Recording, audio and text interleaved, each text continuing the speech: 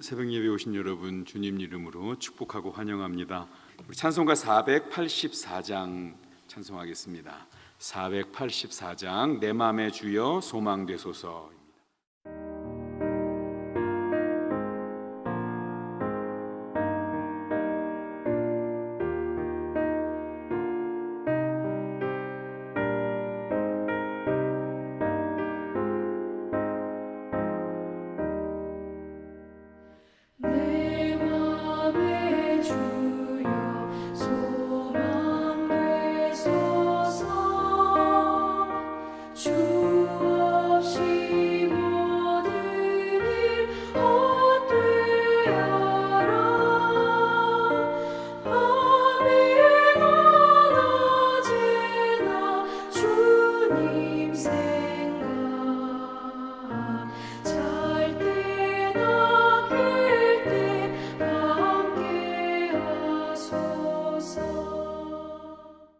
말씀은 에베소서입니다. 에베소서 1장 1절부터 14절까지 한 절씩 교독하겠습니다. 하나님의 뜻으로 말미암아 그리스도 예수의 사도된 바울은 에베소에 있는 성도들과 그리스도 예수 안에 있는 신실한 자들에게 편지하노니 하나님 우리 아버지와 주 예수 그리스도로부터 은혜와 평강이 너희에게 있을지어다. 찬송하리로다. 하나님 곧 우리 주 예수 그리스도의 아버지께서 그리스도 안에서 하늘에 속한 모든 신령한 복을 우리에게 주시되 곧 창세전에 우리를 택하사 우리로 아브라함 안에서 그 앞에 거룩하고 흠이 없게 하시려고 그 기쁘신 뜻대로 우리를 예정하사 예수 그리스도로 말미암아 자기의 아들들이 되게 하셨으니 자 안에서 우리에게 거저 주시는 바 그의 은혜의 평강광을 형성하게 하려 하는 것이라. 우리는 그리스도 안에서 그의 은혜의 풍성함을 따라 그의 피로 말미암아 속량 곧 죄사함을 받았느니라. 지혜와 총명을 우리에게 일치게 하사 그 뜻의 비밀을 우리에게 알리신 것이요 그의 기뻐하심을 따라 그리스도 안에서 때가 찬 경륜을 위하여 예정하신 것이니 하늘에 있는 것이나 땅에 있는 것이 다 우리에게 하려 하심이라. 모든 일을 그의 뜻의 결정대로 일하시는 이의 뜻을 따라 계획을 따라 우리가 예정을 입어 그 안에서 기업이 되었으니 그 안에서 전부터 바라던 영광이 흥이 되게 하려 하심이라.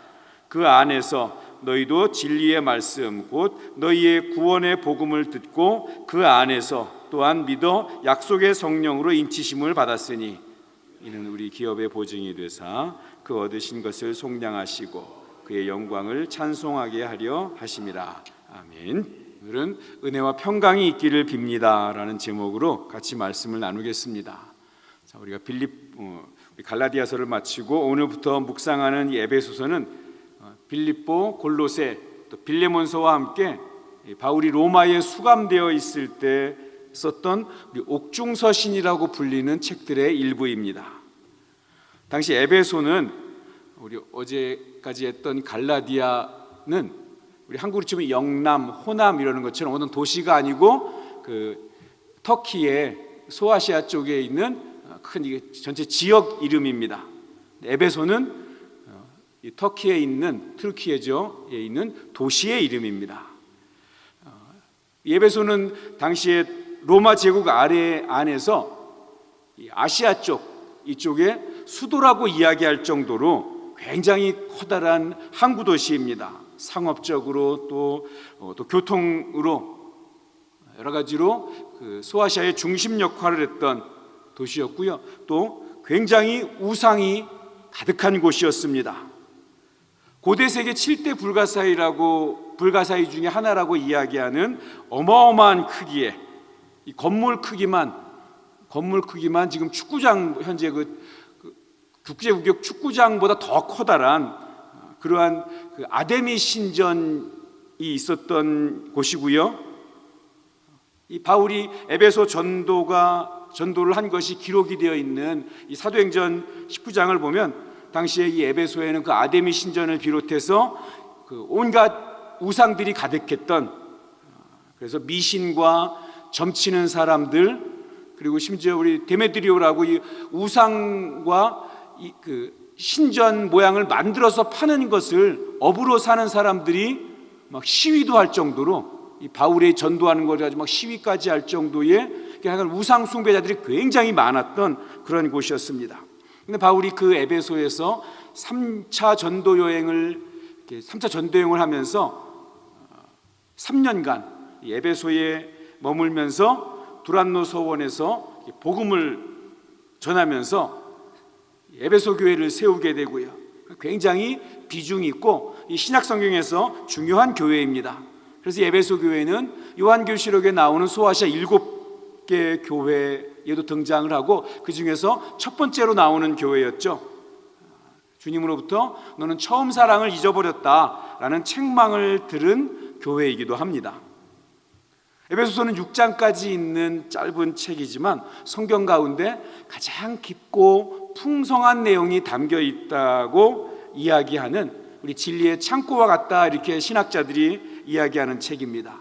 6장으로 되어 있는데 이 바울이 전형적으로 그 서신서 쓸 때 패턴이에요.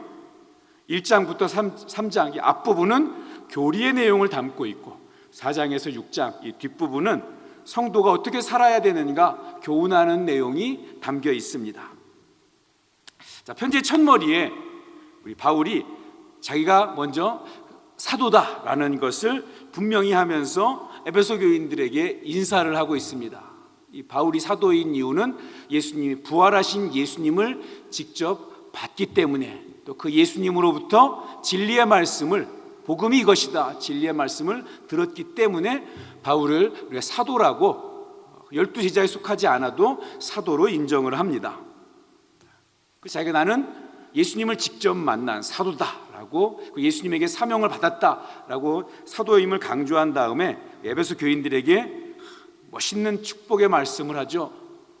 하나님과 예수님의 은혜와 평강이 너희에게 있기를 원하노라. 저는 이 인사가 너무나 좋습니다. 제가 너무 사모하는 그러한 내용입니다. 은혜 우리 아시죠? 값없이 우리에게 구원해 주신, 값없이 우리를 구원해 주신 그 하나님의 주도권입니다. 평강, 하나님이 주도권을 가지고 일하시는 모습을 우리 평강이라고 이야기를 합니다. 은혜와 평강, 이건 에베소서의 핵심 단어입니다. 하나님께서 예수 그리스도의 십자가 대속의 은혜를 저와 여러분에게 베풀어 주셨기 때문에 우리가 평강을 누릴 수 있습니다. 이 평강은 하나님의 속성입니다. 하나님에게서 나오는 것입니다. 세상은 평화 원하지만, 아무리 평화를 이야기하지만 세상은 평화를 만들어내지도 못하고 유지하거나 지키지도 못합니다. 평강은 하나님에게서 나오는 하나님의 속성입니다. 그것은 은혜로 누리게 됩니다. 매일매일 은혜 가운데 살아가는 삶, 입에서 찬송이 나오고 심령의 기쁨이 넘치는, 평안이 넘치는 은혜 가득한 삶, 마음이 평안하고 어떠한 상황에서도 환경이나 문제 때문에 흔들리지 않는 그런 평강의 삶. 그런데 바울은 분명히 이야기하기를 그 은혜와 평강은 너희가 만들어내거나 너희가 서로 나눠줄 수 있는 것이 아니라 하나님에게서 온다라고 이야기하고 있습니다. 당연한 것이죠. 이 당연한 것을 사람들은 내 능력이나 어떤 세상의 그 조직이나 어떤 이념 가지고 만들 수 있다고 생각을 합니다. 또는 내가 삶에 뭐만 좀 바꾸어 가면, 아니면 내 삶에 뭐가 좀 더 있으면, 그러면 이 은혜와 평강을 내가 가지고 살 수 있을 거라고 생각합니다. 이 문제만 해결되면, 내가 돈만 조금 더 있으면, 관계가 조금 더 좋아지면, 그러면 나는 정말 평안하겠지라고 생각을 하는데, 여러분 그렇습니까? 내가 우리 집이 이 좁은 집에서 조금만 더 커지면 우리 집이 더 평안할 텐데, 내가 좋은 일 조금만 더 있으면 내가 평안할 텐데, 우리 아이가 좋은 대학교에 가면 내가 평안할 텐데, 그렇습니까? 되보니까 그렇게 얻은 평안은, 여러분 한국에 집 사는 게 그렇게 난리잖아요. 집이 있는 게 평생 소원인데, 그 영국 속담에 한 달을 행복하려면 집을 사라, 이런 얘기가 있대요. 그 마음의 소원인 집을 사도 한 달만 지나면 또 다른 욕심이 생기죠. 더 좋은 집에 갔으면, 아니면 그때 내가 돈을 좀 더 했으면 내가 더 좋은 집 사서 이 집이 막 가격이 올라서, 또 집이 샀다가 가격이 조금 떨어지면 그 다음부터는 평안이 아니라 지옥이죠. 은혜와 평강은 우리 하나님, 우리 아버지 하나님으로부터 또 예수 그리스도로부터 오는 것입니다. 3절부터 14절은 재밌어요. 헬라어 원문에는 3절부터 14절이 한 문장입니다. 대단하죠. 이게 하나의 문장으로 쭉 이어지는 찬송시입니다. 하나님의 백성들을 구원하신 하나님의 그 크고 놀라운 그 은혜를 찬송하는 그런 내용입니다. 3절부터 6절은 성부 하나님께서 창세전부터 우리를 택정하시고 구원을 예정하신 것을 설명하는, 그걸 찬양하는 내용입니다. 창세전에 우리를 택하셔서 하나님의 자녀로 이미 삼아주시고 신령한 복, 하늘로부터 오는 영원한 복을 주신 하나님을 찬송하는 거죠. 7절에서 12절은 그리스도 안에서 구원과 그 구원의 목적을 설명해 줍니다.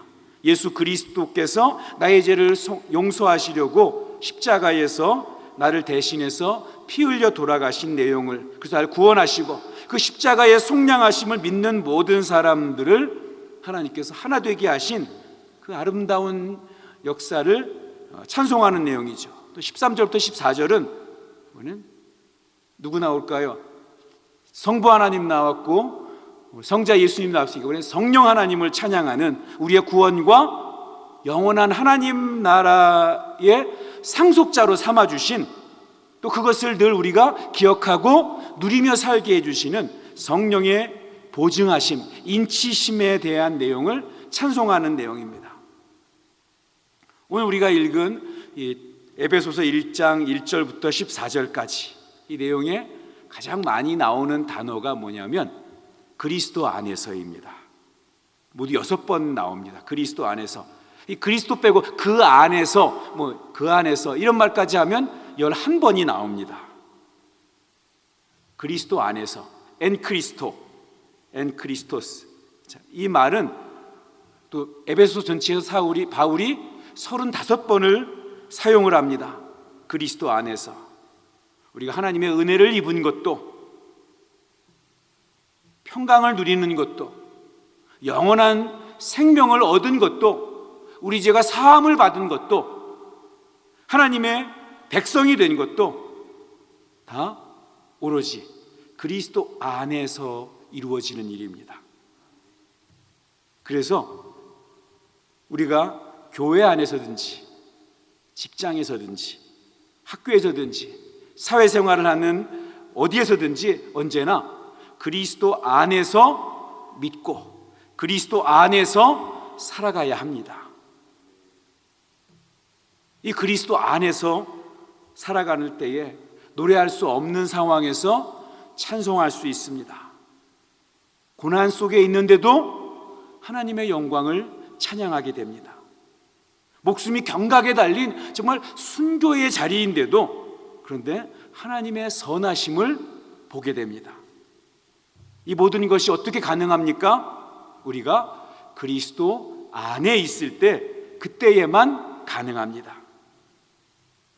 놀라운 믿음의 고백을 하고 있는 이 바울의 고백이 저와 여러분의 고백이 되기를 원하고, 그래서 오늘도 그리스도 안에서 살아가는 복된 날 되기를 주님의 이름으로 축복합니다. 기도하겠습니다. 사랑의 하나님 아버지, 사도 바울이 에베소에 있는 성도들에게 전해주었던 이 구원의 기쁜 소식이 오늘 나에게도 전해져서, 그래서 우리가 하나님의 자녀가 되었고 영원한 하늘나라의 소망을 가진 하나님의 기업이 된 것을 감사드립니다.